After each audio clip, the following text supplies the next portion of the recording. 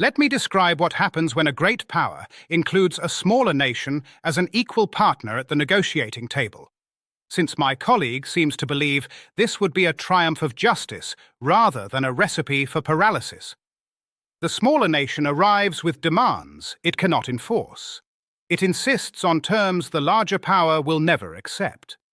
The negotiations stall because the smaller nation has veto power over its own dismemberment, which sounds noble until you realize that the war continues while the negotiations stall, and the people dying during the stall are the smaller nation's people. That is what Ukrainian sovereignty at the negotiating table actually produces, not justice. Dead Ukrainians, who might have been alive under a settlement they did not get to design. That is a remarkably convenient argument for the man who would be doing the designing. You are saying that Ukraine must be excluded from negotiations about Ukraine in order to save Ukrainian lives. I have heard that logic before. Austria used it to justify governing Lombardy. Russia used it to justify governing Poland. Every empire in history has claimed that its subjects are better off being managed than being free, and every empire in history has been wrong about that. The only people who ever believe it are the ones doing the managing. The only people who refuse to believe it are the ones who have never managed anything larger than a secret society in someone's attic. You organized young Italy from a rented room in London. I organized the peace of Europe from the center of European power. When your organizations failed, idealistic young men died in streets. When my organization failed, the entire continent caught fire. So you will understand if I take a somewhat different view of the costs of failure than you do. You take a different view because you have never been on the receiving end of your own arrangements. You divided nations from a mahogany desk and called it statecraft. The Poles, who lived under your settlement, the Italians, who lived under your settlement, the Hungarians, who lived under your settlement. They had a rather different word for it. But their word did not appear in the diplomatic correspondence because you made sure they were never asked. They were not asked because asking them would have produced exactly what it produced in 1848. Chaos, bloodshed, and the eventual reimposition of order by the very powers that the revolutionaries had tried to overthrow. Your revolution in Milan lasted exactly 5 days before the Austrian army retook the city. Your Roman Republic lasted exactly 5 months before the French army destroyed it. Every time you asked the people what they wanted and then tried to give it to them, the result was a catastrophe that required my methods to clean up. At what point do the results begin to matter more than the intentions? The results matter enormously, which is why I keep pointing out that Italy exists, and Austria, as you knew it, does not. You are citing my short-term failures while ignoring the long-term outcome, which is that every nation you suppressed eventually became a nation. Every border you drew in 1815 was eventually redrawn by the people who lived inside it. Your entire life's work was a delay, not a solution. And the delay cost millions of lives that would not have been lost if you had simply let peoples govern themselves when they first demanded it. And the speed with which you would have let them govern themselves would have cost millions more. Do you know what happened in the decades after my system collapsed? The wars of Italian unification, the Austro-Prussian War, the Franco-Prussian War, the scramble for empire. And, eventually, inevitably, the First World War, which killed more people in 4 years than my system of managed repression killed in 33. You got your world of sovereign nations, Mazzini. You got your self-determination. And the first thing those sovereign self-determined nations did was organize the most efficient slaughter in human history. Congratulations. You do not get to blame the First World War on national self-determination. The First World War was caused by exactly the kind of great power competition you spent your career promoting. It was caused by alliances and arms races and imperial rivalries and the exact species of cynical balance of power diplomacy that you consider the highest achievement of the human mind. Your Concert of Europe did not prevent that war. Your Concert of Europe created the conditions for it by treating nations as chess pieces. and then acting surprised when the chess pieces developed opinions about being moved around without their consent. The concert of Europe delayed that war by nearly a century. You are welcome. I do not thank men who delay justice and call it peace, and I notice you have stopped talking about Ukraine, which suggests that your argument works better as a historical lecture than as a policy prescription. So let me bring you back to the present. Right now, the United States is sending envoys to sit with Russia and draft terms for Ukraine's future. Right now, Ukraine's president is saying that his country will not accept agreements made without its involvement. And right now, you are arguing that his objection is impractical. Tell me honestly, when Zelensky says that he will not accept a settlement written by someone else, do you hear a statesman defending his country, or do you hear an inconvenience? I hear a man in an impossible position making statements for domestic consumption that he knows are incompatible with the military reality on the ground. That is not an insult. That is what leaders do when they need to maintain public support during negotiations. Zelensky knows that Ukraine cannot retake Crimea. He knows that the Donbass is functionally partitioned. He knows that the terms he would accept in private are not the terms he can endorse in public. And he knows that the United States must talk to Russia, because Russia holds territory that cannot be recovered by force. Zelensky is not an inconvenience. He is a wartime leader doing what wartime leaders do, which is maintaining the morale of his population while the adults in the room design the settlement that will actually end the killing. The adults in the room. Listen to yourself. The adults in the room are the ones who watched Russia invade a sovereign country, who spent 4 years providing just enough support to keep Ukraine alive, but not enough to let Ukraine win, and who are now sitting with the invader to discuss how much of the invaded country the invader gets to keep. Those are your adults. And you call the man whose country is being dismembered an emotional obstacle to be managed. That is not diplomacy. That is the language of a man who has never had his own country taken from him. I was driven from my own country by a revolution that you spent 30 years encouraging. Do not tell me I have never lost anything. I lost Vienna. I lost the system I built.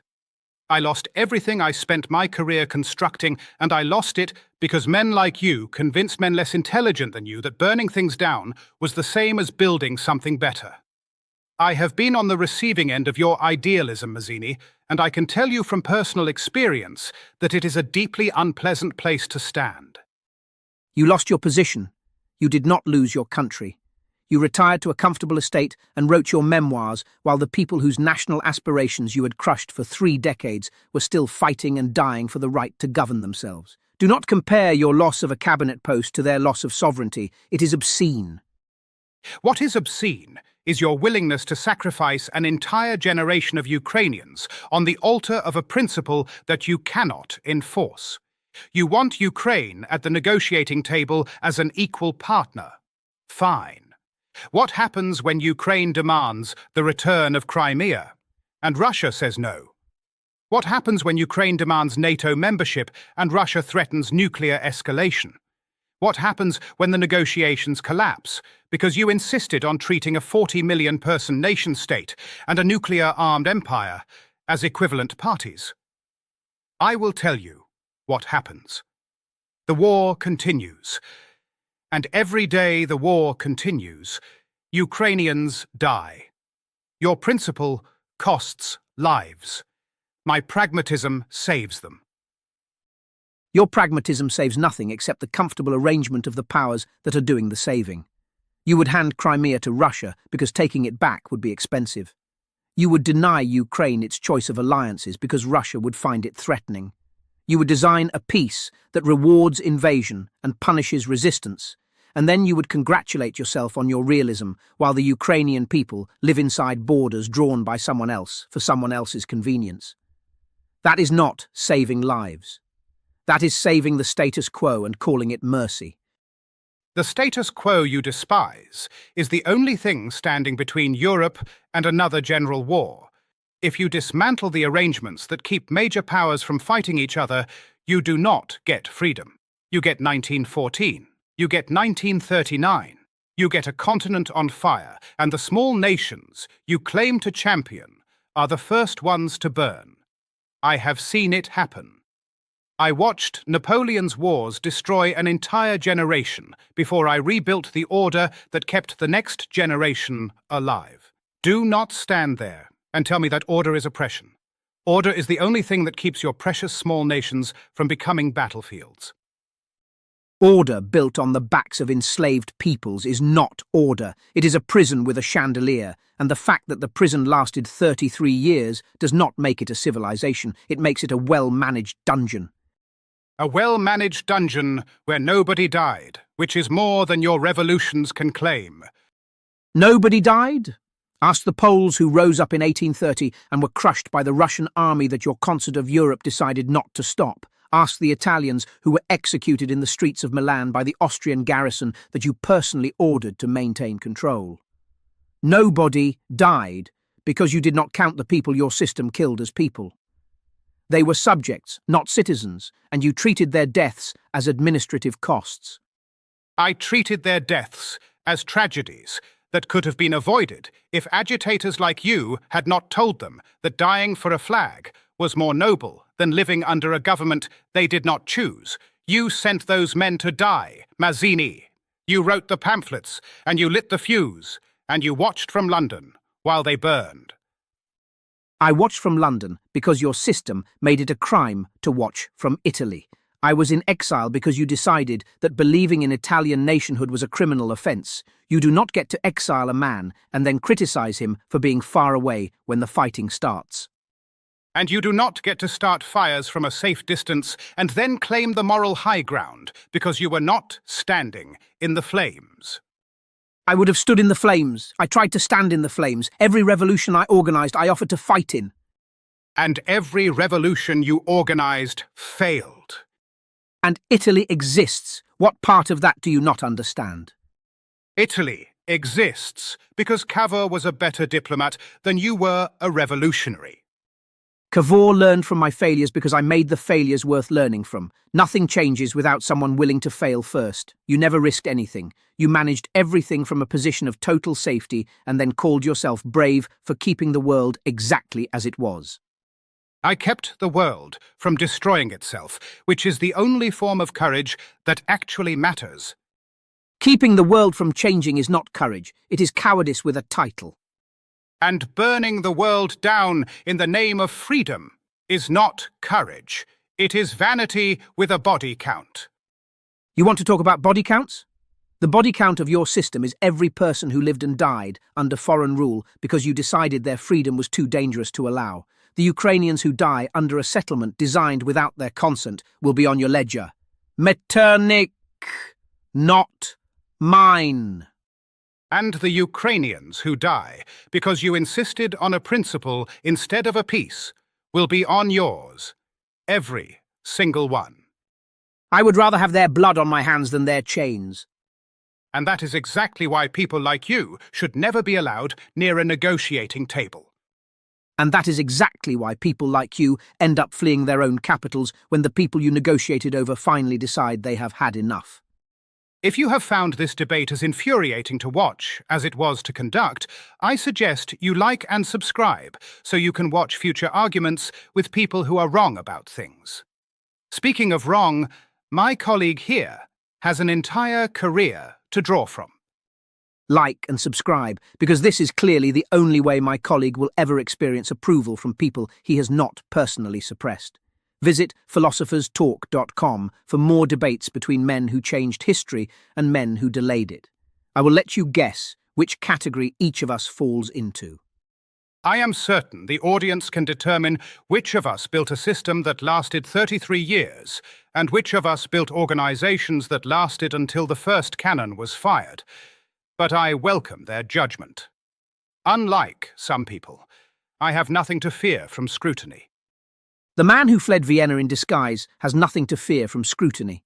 That is genuinely the funniest thing you have said in either part of this debate. Visit aitalkerapp.com to create your own animated conversations. Perhaps you can create one where Metternich wins an argument. It would be fiction, but the technology supports it. I have won every argument I have ever had with you. The fact that you refuse to acknowledge it is not evidence of your correctness.